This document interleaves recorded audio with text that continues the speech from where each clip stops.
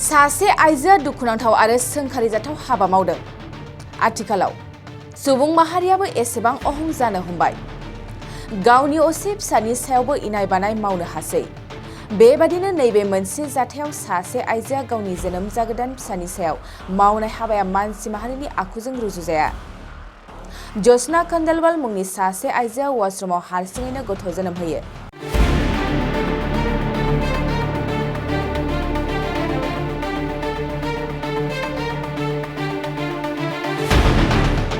नाथाय बे आइजोआ गावनि जोनोम जागोदान फिसाखौ अननानै खांनाय बानायनि अनगा फिसानि सायाव इनाय बानाय हाबासो मावदों।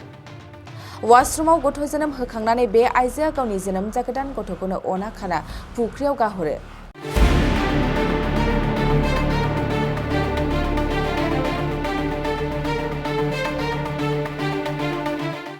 नाथाय सैथोखौ लाखोमानो हाया होननाय बादि बे गासैबो जाथाया सोराङाव फैयो। दुखुनांथावदि फुख्रियाव गाहरजानाय हिन्जावसा गथ'नि जिउखौ लाखिनो हायासै। मिथिनाय बादिब्ला बे आइजोआ हौवासा गथ'सो लुबैदोंमोन, जायनाखि हिन्जावसा जोनोम जानायाव बेबादि दुथां हाबाखौ मावो। सोमोनांथाव बाथ्राया बेसोबावदि बे आइजोआ गावनि गथ' जोनोम होनायनि खौरांखौ फिसायनोबो होबावाखै। गासै जाथायखौ मिथिनानै बिसि फिसाय सानैखौबो पुलिसआ गावनि आवथायाव लाबाय। बे सोमोनांथाव जाथायानो जादों बिश्वनाथ जिल्लानि आसाम-अरुणाचल सिमायाव।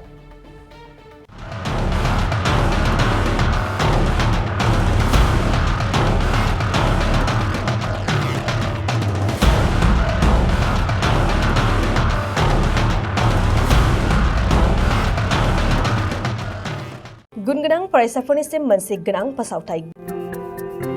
गुबुन गुबुन डिप्ल'मा, इन्जिनियारिं, डिजाइनार आरो PhD डिग्रीफोरनि थाखाय क'क्राझार CITआव एडमिशननि अनलाइन रेजिस्ट्रेशन खालामनाया जागायबाय। गुबुन गुबुन आयदानि डिप्ल'माजों लोगोसेयै bachelor of technology, bachelor of design, master of technology, master of design आरो डक्टर अफ फिल'सफिनि डिग्री खालामनो हागोन। मे दाननि 15 खालारावनो अनलाइन रेजिस्ट्रेशनआ थुंगेगोन। जुन दाननि 8 खालाराव एडमिशननि एन्ट्रेन्स आनजाद लानाय जागोन। आरो जुन दाननि 25 खालाराव PhDनि एन्ट्रेन्स आनजादखौ लागोन। अनलाइन रेजिस्ट्रेशनखौ नोंथांमोनहा दिनैनिफ्रायनो www.admission.cit.ac.in आव खालामनो हागोन। आबुं मिन्थिनो थाखाय 7086187124 जानबुं अनजिमायाव जगाजग खालामनो हागोन।